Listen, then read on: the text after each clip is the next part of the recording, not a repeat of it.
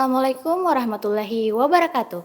Selamat sore dan selamat datang kembali di podcast Ngobras, ngobrol asik dan santai seputar JKN. Kembali lagi bersama saya Dian, host di podcast Ngobras pada sore hari ini. Dan apa kabarnya nih Sobat Ngobras JKN? Semoga sehat selalu ya. Pernah nggak sih Sobat Ngobras JKN bingung harus kemana kalau mau cek status kepesertaan BPJS Kesehatan? Atau mau ubah Vaskes? Atau mau cari tahu informasi tagihan iuran? Nah, sekarang semua itu bisa dilakukan dengan mudah lewat satu genggaman, yaitu aplikasi mobile JKN. Di episode kali ini kita bakal ngobrol santai tentang apa saja sih fitur-fitur di aplikasi mobile JKN dan apa saja manfaat yang bisa dirasakan langsung oleh peserta. Oh iya Sobat Ngobras JKN, sore hari ini saya juga ditemani oleh Kak Syahrul sebagai narasumber yang akan berbagi informasi tentang aplikasi mobile JKN. Langsung saja kita sapa narasumber kita. Halo Kak Syahrul. Halo Dian, selamat sore. Apa kabar nih Kak Syahrul? Alhamdulillah baik. Oke, mungkin sebelum kita mulai, kita kenalan dulu nih sama Kak Syahrul. Mungkin Kak Syahrul boleh perkenalan diri. Kak Syahrul ini kegiatan sehari-harinya di BPJS Kesehatan apa? Oke, baik. Assalamualaikum warahmatullahi wabarakatuh. Selamat sore semuanya. Perkenalkan saya Syahrul Ramadan, biasa dipanggil Syahrul. Biasanya untuk kegiatan sehari-hari saya di BPJS Kesehatan itu mengunjungi rumah sakit, melakukan customer visit, dan melakukan sibling di rumah sakit ataupun di puskesmas. Berarti di Rumah Sakit Sekota Bau-Bau ya?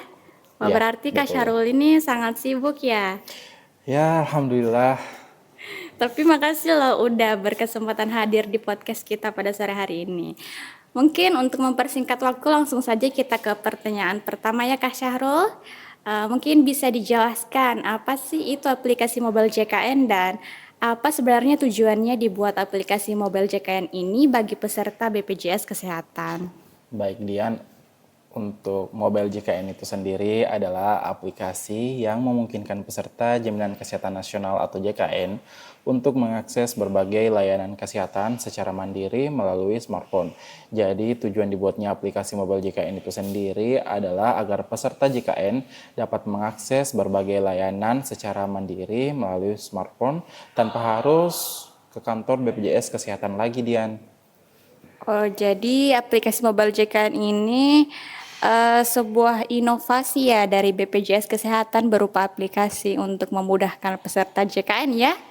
Oke, mungkin Kak Syahrul boleh diceritakan tentang fitur-fitur apa saja sih yang tersedia di aplikasi mobile JKN ini? Untuk fitur-fitur di mobile JKN itu sendiri ada banyak ya Dian ya. Mungkin dimulai dari info program JKN. Nah, Oke, apa tuh? pada fitur ini peserta JKN dapat mengetahui info-info apa saja seputaran program JKN yang terbaru. Selanjutnya ada fitur telehealth. Jadi fitur ini bertujuan agar peserta JKN dapat melakukan telekonsultasi secara online dengan dokter yang terdaftar di fasilitas kesehatannya tanpa harus bertatap muka. Pasien sudah dapat mendapatkan konsultasi kesehatan secara gratis melalui fitur ini. Selanjutnya mungkin ada fitur info riwayat pelayanan. Di menu ini, peserta JKN dapat melihat riwayat pelayanan yang telah didapatkan, baik itu di FKTP ataupun di FKTL, di puskesmas ataupun di rumah sakit. Selain itu, di menu ini juga pasien dapat memberikan kesan apa yang didapatkan selama mendapatkan pengobatan di fasilitas kesehatan tersebut. Mungkin ada beberapa fitur Dian ya, mungkin saya ambil saja yang common saja yang Oke. bisa digunakan, yang biasanya digunakan Iya, biasa oleh digunakan oleh peserta. masyarakat. Selanjutnya itu ada menu rehab. Nah, untuk menu ini peserta mandiri menunggak dapat memanfaatkan fitur ini untuk melakukan pembayaran tunggakannya secara bertahap. Oke. Terus ada juga fitur yang tidak kalah menarik nih Dian, yaitu menu pengaduan layanan. Jadi misalnya mungkin Bapak Ibu atau teman-teman sekalian mendapatkan perlakuan yang tidak seharusnya atau mungkin kurang baik oleh fasilitas kesehatan, misalnya mungkin diarahkan untuk melakukan pembayaran atau pembelian obat. Namun itu semuanya sesuai dengan indikasi medis dan sesuai dengan aturan yang berlaku. Bapak Ibu dapat melakukan pengaduan melalui fitur ini, atau mungkin nama atau identitas lainnya Bapak Ibu tidak sesuai di aplikasi mobil JKN dengan KTP. Kita dapat memanfaatkan fitur ini untuk menyampaikan hal tersebut tanpa harus ke kantor BPJS Kesehatan. Selanjutnya di aplikasi mobil JKN juga ada fitur pendaftaran pelayanan atau antrian.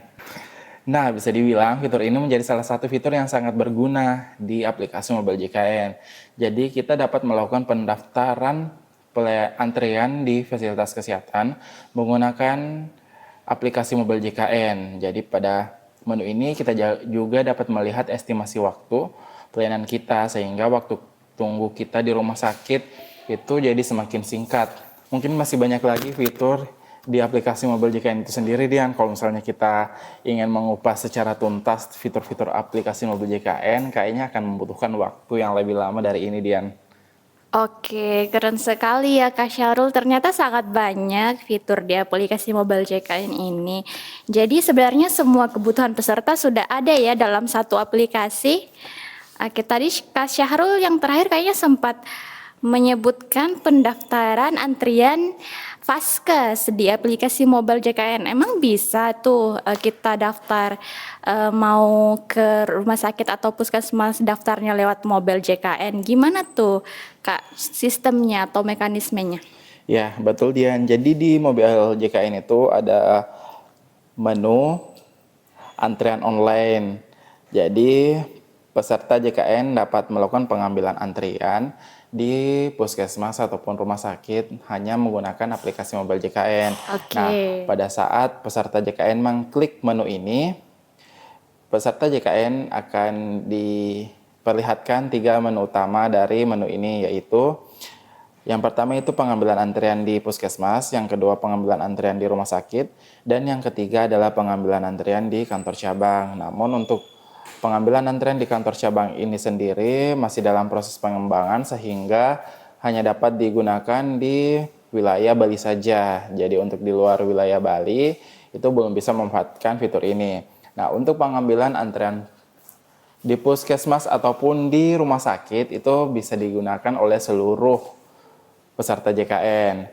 Jadi untuk pengambilan antrian di puskesmas ini sendiri bisa dilakukan pengambilan antrian 1 hari sebelum mendapatkan pelayanan pengobatan ataupun hari H pada saat Bapak Ibu ingin melakukan pengobatan. Oke. Jadi, namun ada batas waktunya nih, Dian. Jadi Bapak Ibu mungkin pada saat melakukan pengambilan antrian di puskesmas di hari H untuk menghindari pengambilan 1 jam sebelum poli tutup. Jadi misalnya mungkin poli antriannya itu bukannya dari jam 8 pagi sampai jam 12 siang. Jadi lambat. diusahakan itu sebelum jam 11 lah. Oke, jangan mepet-mepet ya. Jangan mepet-mepet, Oke. takutnya nanti ada kegagalan sistem ataupun sudah tidak support pada aplikasi sehingga Bapak Ibu tidak dapat mendapatkan pengobatan. Oke.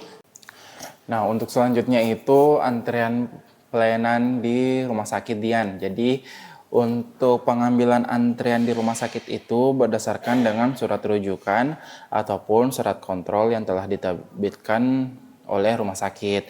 Nanti tinggal dipilih saja sesuai dengan kodenya berdasarkan surat kontrolnya, lalu dimasukkan tanggal pelayanannya. Oke, berarti ada 3 ya tadi yang bisa diambil antrian online, tapi untuk saat ini cuma 2, satunya harus di Pulau Bali. Iya, betul. Oke, Jadi untuk di luar Pulau Bali bisa memanfaatkan 2 ini dulu ya. 2 menu yaitu pengambilan antrian di puskesmas ataupun pengambilan antrian di rumah sakit. Oke, mungkin apa ada kendala-kendala dengan antrian online ini yang sering terjadi di lapangan, Kak? Untuk kendala-kendala pada saat pengambilan antrian online itu sendiri ada beraneka ragam sesuai dengan rumah sakitnya masing-masing. Nah, biasanya itu untuk di wilayah Kota Bau-Bau, kendala pengambilan antriannya itu warningnya biasanya gagal terhubung ke server rumah sakit. Nah, cara penanggulangannya apabila warning tersebut muncul nanti bisa dilakukan percobaan pengambilan antrian secara bertahap saja, Dian. Nanti mohon untuk memastikan kondisi jaringan internet Bapak Ibu dalam kondisi stabil sehingga pengambilan antrian online dapat dilakukan. Selanjutnya biasanya warningnya itu kode referensi telah digunakan di hari yang sama. Nah, pada saat muncul kendala tersebut, Bapak Ibu jangan khawatir. Berarti antrian Bapak Ibu itu harusnya setelah berhasil, namun di aplikasi mobile JKN-nya belum muncul. Nah, Bapak Ibu dapat langsung ke rumah sakit dengan memperlihatkan warning tersebut. Nanti pihak rumah sakit akan melakukan pengecekan pada SIM RS yang ada di rumah sakit. Selanjutnya biasanya itu muncul warning appointment tidak dapat dilakukan di 2 kali di hari yang sama. Nah, pada saat itu muncul, Bapak Ibu dapat mengkonfirmasi di rumah sakit terkait apakah pihak rumah sakit telah melakukan penginputan appointment secara manual atau belum. Kalau misalnya telah dilakukan penginputan appointment secara manual, Bapak Ibu dapat melakukan konfirmasi ke rumah sakit agar appointment manualnya dihapus dulu supaya bisa dilakukan pengambilan mobil JKN di hari tanggal kontrolnya. Biasanya begitu sih, Dian, untuk kendala aplikasi pengambilan mobil JKN. Oke. Tadi kan Kak Syahrul kita udah bahas apa itu aplikasi mobil JKN, terus kita juga sudah banyak bahas tentang fitur-fiturnya. Mungkin Kak Syahrul bisa share tentang cara mendaftar atau aktivasi di aplikasi mobil JKN ini. Untuk cara pendaftarannya atau aktivasinya gampang. Jadi, aplikasi mobil JKN ini dapat diunduh melalui App Store ataupun Play Store yang ada di smartphone masing-masing. Setelah terinstall, Bapak Ibu dapat mengklik menu daftar dan kemudian memasukkan data yang diminta seperti NIK, nama, tanggal lahir. Untuk kode referral itu bersifat opsional, jadi bisa dikosongkan saja. Kemudian memasukkan CAPTCHA. Lalu sudah deh, setelah itu kita akan diarahkan untuk melakukan pengisian nomor HP. Nah, biasanya nih di bagian ini banyak yang gagal dikarenakan nomor HP-nya telah digunakan ataupun nomornya tidak sesuai dengan data yang terdaftar di aplikasi BPJS Kesehatan. Tapi tenang saja, Dian, jika mendapat warning tersebut, Bapak Ibu dapat menghubungi layanan pendawa BPJS Kesehatan, pelayanan administrasi melalui WA di 08118 165 165 untuk melakukan perubahan nomor HP terlebih dahulu. Jika semua step telah berhasil, kita akan diarahkan untuk melakukan pembuatan password dan kemudian login dengan password yang telah digunakan. Kalau misalnya gagal login, aplikasi ini telah menyediakan menu lupa password, Dian. Nah, biasanya ini mungkin Bapak Ibu telah dilakukan pendaftaran aplikasi mobil JKN oleh kerabatnya, tapi mungkin Bapak Ibu lupa passwordnya. Jadi, Bapak Ibu dapat mengklik tombol lupa password yang telah disediakan. Pada tombol tersebut, kita akan diminta untuk memasukkan NIK dan nomor telepon.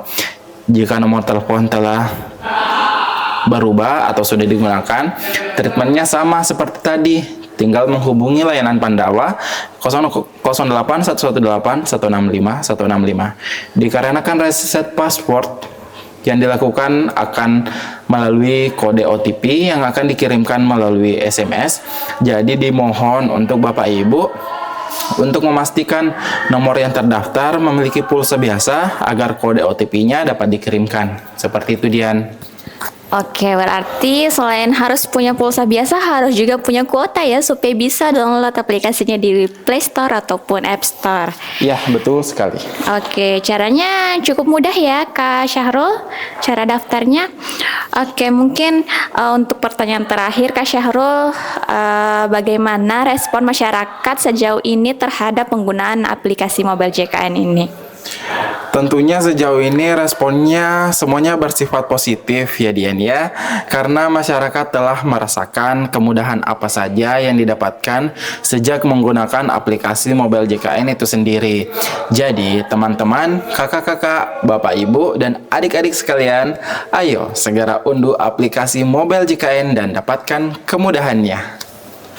Oke, terima kasih banyak Kak Syahrul. Teman-teman Sobat Ngobras JKN, jangan lupa ya yang disampaikan Kak Syahrul tadi, jangan lupa download aplikasi mobil JKN di App Store maupun Play Store. Oke, Kak Syahrul, terima kasih ya untuk sore hari ini sudah meluangkan waktunya menjadi narasumber kita di podcast kali ini. Mungkin cukup sampai di sini dulu podcast kita pada sore hari ini. Sampai jumpa Sobat Ngobras JKN di episode selanjutnya dan jangan lupa like, comment, share, and subscribe. Sampai jumpa Sobat Ngobras JKN. Assalamualaikum warahmatullahi wabarakatuh. Waalaikumsalam warahmatullahi wabarakatuh.